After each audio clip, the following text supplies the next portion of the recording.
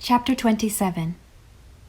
It came clearly and suddenly on the air of a June evening, an old, old call, 2 higher notes and 1 long and soft and low.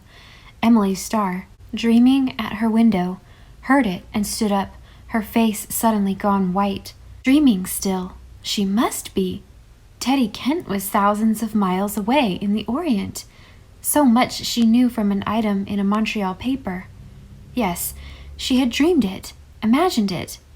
It came again, and Emily knew that Teddy was there, waiting for her in Lofty John's bush, calling to her across the years. She went down slowly, out, across the garden. Of course, Teddy was there, under the firs. It seemed the most natural thing in the world that he should come to her there, in that old-world garden where the 3 Lombardys still kept guard. Nothing was wanting to bridge the years. There was no gulf. He put out his hands and drew her to him, with no conventional greeting, and spoke as if there were no years, no memories between them. "Don't tell me you can't love me. You can. You must. Why, Emily." His eyes had met the moonlit brilliance of hers for a moment. "You do." "It's dreadful what little things lead people to misunderstand each other," said Emily some minutes or hours later. "I've been trying all my life to tell you I loved you," said Teddy. "Do you remember that evening long ago in the Tomorrow Road after we left high school? Just as I was trying to screw up my courage to ask you if you'd wait for me. You said night air was bad for you and went in. I thought it was a poor excuse for getting rid of me. I knew you didn't care a hoot about night air. That set me back for years. When I heard about you and Aylmer Vincent, Mother wrote you were engaged. It was a nasty shock. For the first time, it occurred to me that you really didn't belong to me after all. And that winter when you were ill, I was nearly wild, away there in France, where I couldn't see you, and people writing that Dean Priest was always with you and would probably marry you if you recovered. Then came the word that you were going to marry him. I won't talk of that. But when you saved me from going to my death on the Flavian, I knew you did belong to me, once and for all, whether you knew it or not. Then I tried again that morning by Blair Water, and again you snubbed me mercilessly, shaking off my touch as if my hand were a snake. And you never answered my letter. Emily, why didn't you? You say you've always cared. I never got the letter." "Never got it? But I mailed it." "Yes, I know. I must tell you. She said I was to tell you." She told him briefly.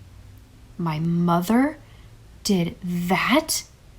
"You mustn't judge her harshly, Teddy. You know she wasn't like other women. Her quarrel with your father. Did you know?" "Yes, she told me all about that when she came to me in Montreal. But this, Emily." "Let us just forget it and forgive. She was so warped and unhappy she didn't know what she was doing.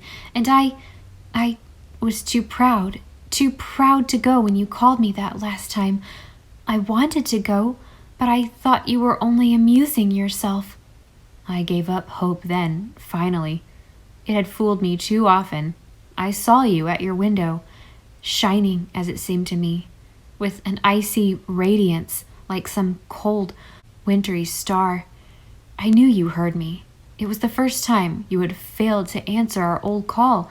There seemed nothing to do but forget you, if I could. I never succeeded, but I thought I did, except when I looked at Vega of the Lyre. And I was lonely. Ilsa was a good pal. Besides, I thought I could talk to her about you. Keep a little corner in your life as the husband of someone you loved. I knew Ilsa didn't care much for me. I was only the consolation prize. But I thought we could jog along very well together and help each other keep away the fearful lonesomeness of the world. And then Teddy laughed at himself. When she left me at the altar, according to the very formula of Bertha M. Clay, I was furious. She had made such a fool of me.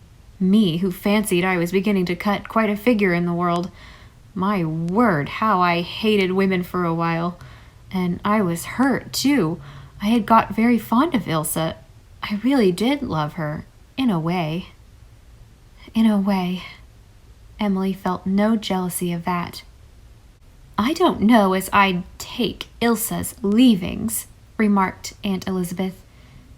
Emily flashed on Aunt Elizabeth one of her old starry looks. Ilse's leavings. Why, Teddy has always belonged to me, and I to him, heart, soul, and body, said Emily. Aunt Elizabeth shuddered. One ought to feel these things, perhaps, but it was indecent to say them.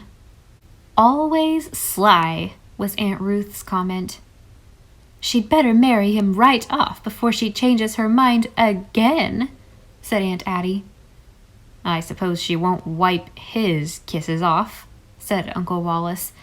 Yet, on the whole, the clan were pleased, much pleased, after all their anxieties over Emily's love affairs, to see her settled so respectably with a boy well known to them, who had, so far as they knew at least, no bad habits and no disgraceful antecedents, and who was doing pretty well in the business of picture painting.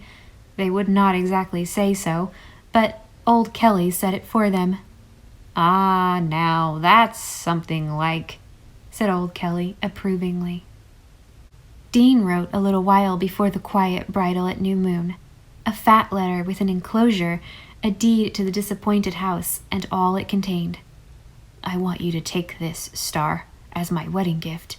That house must not be disappointed again. I want it to live at last. You and Teddy can make use of it as a summer home, and some day I will come to see you in it. I claim my old corner in your house of friendship now and then.